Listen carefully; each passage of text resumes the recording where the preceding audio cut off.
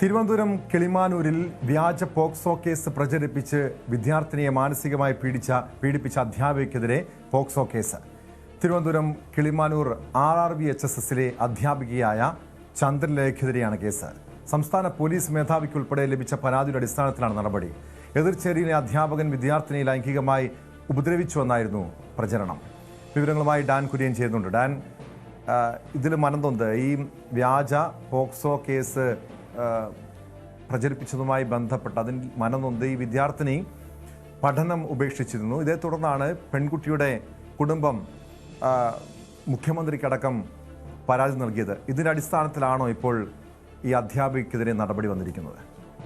4 മാസം മുമ്പാണ് ഈ പരാതിക്കിടയാക്കുന്ന സാഹചര്യം. അതായത് ഈ +1 വിദ്യാർത്ഥിനി ഈ സൈലന്റ് ഫിറ്റ്സ് എന്ന ഒരു രോഗബാധയെ തുടർന്ന് 4 മാസമായി അവധിയിലായിരുന്നു, ചികിത്സയിലായിരുന്നു.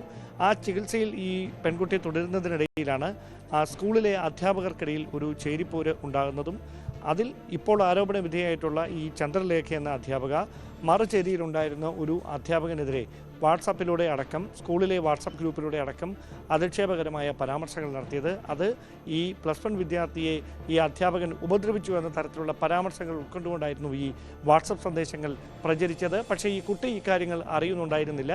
അതിനുശേഷം ഈ അധ്യാപിക തന്നെ ചൈൽഡ് വെൽഫെയർ കമ്മിറ്റിക്കും അതോടൊപ്പം തന്നെ പോലീസിനും ഇതുമായി ബന്ധപ്പെട്ട പരാതി നൽകി. പക്ഷേ പോലീസിൻ്റെ അന്വേഷണത്തിൽ ഇത് അടിസ്ഥാനരഹിതമായ ആരോപണങ്ങളാണ് എന്ന് കണ്ടെത്തുന്ന ഒരു സാഹചര്യം ഉണ്ടാകുന്നു. പിന്നീട് 4 മാസങ്ങൾക്കിപ്പുറം ഈ പെൺകുട്ടി വീണ്ടും സ്കൂളിലേക്ക് ചെല്ലുമ്പോൾ വിദ്യാർത്ഥികൾക്കിടയിലും അധ്യാപകർക്കിടയിലും ഇതൊരു സംസാര വിഷയമായി മാറുകയും താൻ ഇത്രയധികം അപമാനിക്കപ്പെട്ട ഒരു സ്ഥലത്ത് ഇനി പഠനം തുടരാൻ കഴിയില്ല എന്നൊരു തീരുമാനമെടുത്ത് അവിടെ നിന്ന് ഈ +1 വിദ്യാർത്ഥിനി പഠനം അവസാനിപ്പിക്കുകയായിരുന്നു.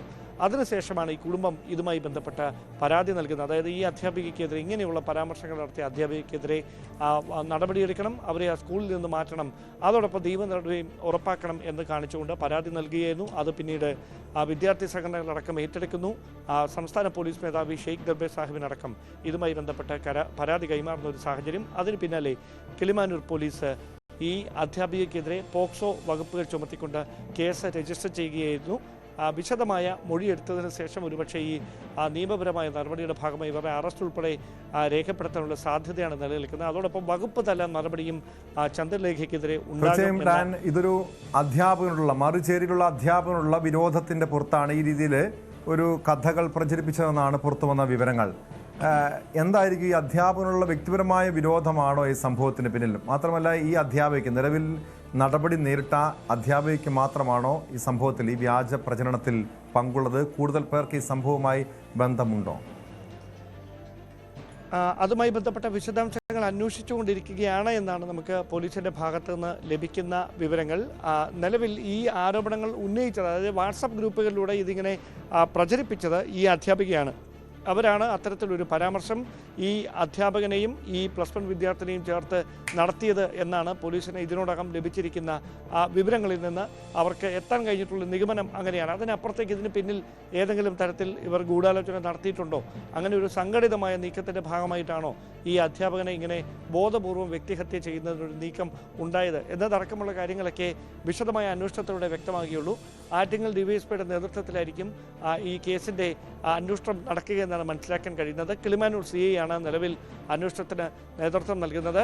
അദ്ദേഹം വിശദമായി ഈ ആരോപണ വിധേയായ, ഇപ്പോൾ പ്രതിസ്ഥാനത്ത് ചേർക്കപ്പെട്ടിരിക്കുന്ന അധ്യാപികയുടെ വിശദമായ മൊഴി രേഖപ്പെടുത്തും. അപ്പോൾ മറ്റാർക്കെങ്കിലും ഈ സംഭവത്തിൽ പങ്കുണ്ടോ, എന്താണ് ഈ അധ്യാപകർക്കിടയിൽ ഇങ്ങനെ ഒരു ചേരിതിരിവ് വരാനിടയായ സാഹചര്യം, ഇതുൾപ്പെടെയുള്ള വിഷയങ്ങളിൽ വിശദമായ അന്വേഷണം നടക്കും. വൈകാതെ തന്നെ അക്കാര്യത്തിലൊരു തീരുമാനം ഉണ്ടാകുമെന്നാണ് മനസ്സിലാക്കാൻ കഴിയുന്നത്.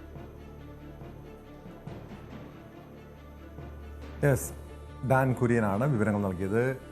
തിരുവനന്തപുരത്ത് ഒരു സ്കൂളിൽ എതിർചേരിയിലുള്ള അധ്യാപകനെ അപകീർത്തിപ്പെടുത്തുന്നതിൻ്റെ ഭാഗമായിട്ടാണ് ഒരു പെൺകുട്ടിയെ, +1 വിദ്യാർത്ഥിനിയെ പോലും അപകീർത്തിപ്പെടുത്തുന്ന രീതിയിൽ വ്യാജ പ്രചരണം ഉണ്ടായത്. സംഭവത്തിൽ ഈ പെൺകുട്ടിയുടെ കുടുംബം പരാതി നൽകിയതിൻ്റെ അടിസ്ഥാനത്തിൽ മുഖ്യമന്ത്രി അന്വേഷണത്തിന് ഉത്തരവിട്ടു.